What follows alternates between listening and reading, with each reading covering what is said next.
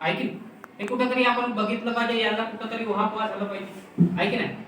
आपण जर विचार केला तर मराठी भाषा ही महाराष्ट्राची तर अधिकृत भाषा आहे, ॲज वेल एज गोवा राज्य आपल्या महाराष्ट्राच्या शेजारी एक छोटंसं राज्य आहे, त्या राज्यातील सुद्धा ही अधिकृत भाषा आहे. मराठी भाषा ही भारतामध्ये 15व्या क्रमांकाची बोलली जाणारी भाषा आहे. आणि नाही, जगामध्ये 15व्या क्रमांकाची बोलली जाणारी भाषा आहे आणि भारतामध्ये हे 3ऱ्या क्रमांकाची बोलली जाणारी भाषा आहे. मराठीचं जे अस्तित्व आहे ते मराठीचा इतिहास जर विचार केला तर 2500 वर्षापासून आहे असं म्हटलं जाते. आणि या मराठीचं अस्तित्व टिकवून ठेवण्याचं काम बरंच या महाराष्ट्रामध्ये जे संत, थोर नेते, कवी, लेखक, समीक्षक होऊन गेले, त्यांनी जे काही त्यांनी साहित्य लिहिलं असेल, कविता संग्रह लिहिलेले असतील, कुठल्याही त्यांनी एखादं नॉवेल, कादंबरी लिहिलेली असेल, त्यांनी त्यामध्ये मराठी भाषेचा म्हणजे वापर केला. त्याच्यामुळे कुठंतरी मराठीचं अस्तित्व टिकून राहिलेलं आहे. त्यानंतर बऱ्याच दिवसापासून किंवा बऱ्याच वर्षापासून आपण मराठीला अभिजात भाषेचा दर्जा मिळावा यासाठी आपण झगडत आहोत. आपण खूप सारा प्रयत्न केलेला आहोत. काही राजकीय पुढारी सुद्धा याच्या मागे लागलेले आहेत, पण मराठी भाषेला अजूनपर्यंत अभिजात भाषेचा दर्जा काही मिळाला नाही.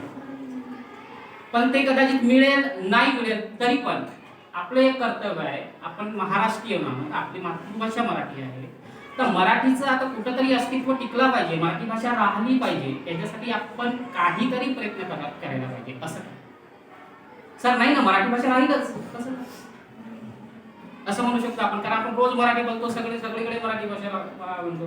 मग अस्तित्व टिकवण्याचं काय म्हणजे तुम्हाला काय म्हणायचं आहे, असं जर तुमच्या मनामध्ये प्रश्न पडलेला असेल तर आता थोडं वेगळं झालेलं आहे मराठी भाषेबद्दल. आपल्याला माहीत आहे, आपण आपल्याच घरामध्ये किंवा आपल्या समाजामध्ये बघतो आहोत, काय की नाही, मराठी भाषांचे जे काही शाळा आहेत कुठंतरी कमी होऊ लागलेल्या आहेत. त्या विद्यार्थ्यांची संख्या आणि इंग्रजी माध्यमातील विद्यार्थ्यांची संख्या बघा, कुठंतरी खूप तफावत आपल्याला दिसून येत आहे. आपल्याच घरातील आई वडील किंवा आपल्याच बहिणीचे पुढील जे काही असतील तेच आपला मुलगा कुठंतरी इंग्रजी भाषेच्या शाळेमध्ये शिकावं, इंग्रजी माध्यममध्ये शिकावं अशी त्यांची धडपड सुरू असते, आहे की नाही? असं चित्र कुठंतरी पालटत आहे. आणि जे काही मराठी भाषेतील शाळा आहे, ज्याला आपण जिल्हा परिषदच्या शाळा म्हणून, तिथली जी विद्यार्थी संख्या आहे ते बऱ्यापैकी कमी होत जाते. त्याच्यामुळे कुठंतरी मराठी भाषेला टिकवणं हे आपल्या हातामध्ये आहे असं मला वाटतं. ठीक आहे, त्याच्यामुळे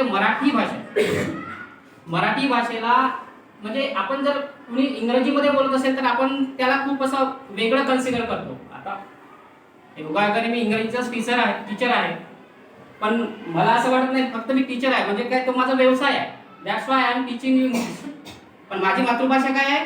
मराठी. मग मी इंग्रजी शिकवतो म्हणून मी माझ्या मातृभाषेला विसरायचं का? नाही ना. मग मीच जर विसरलो तर बाकी काय होईल, आहे की नाही?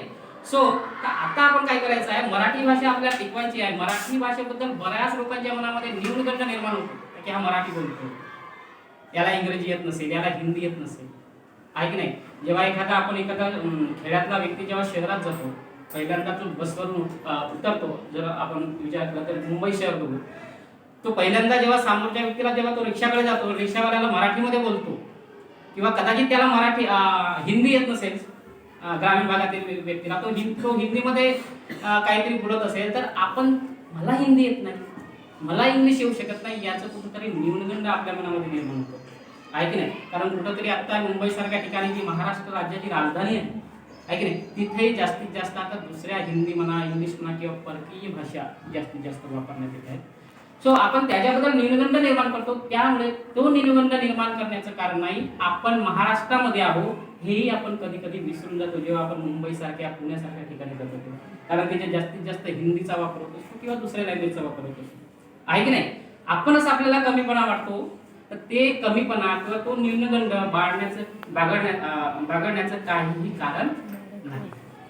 पुन्हा आता मागे आलेला होता मराठी जे काही व्यावसायिक लोक आहेत किंवा बिझनेसमॅन लोक आहेत, आपल्या दुकानावर पाट्या सुद्धा ते मराठीमध्ये लावण्यासाठी थोडंसं चळवळ सुरू झालेली होती. असं अरे तुम्ही महाराष्ट्रामध्ये राहता तर मराठी भाषा बोलायला, कुठली मराठी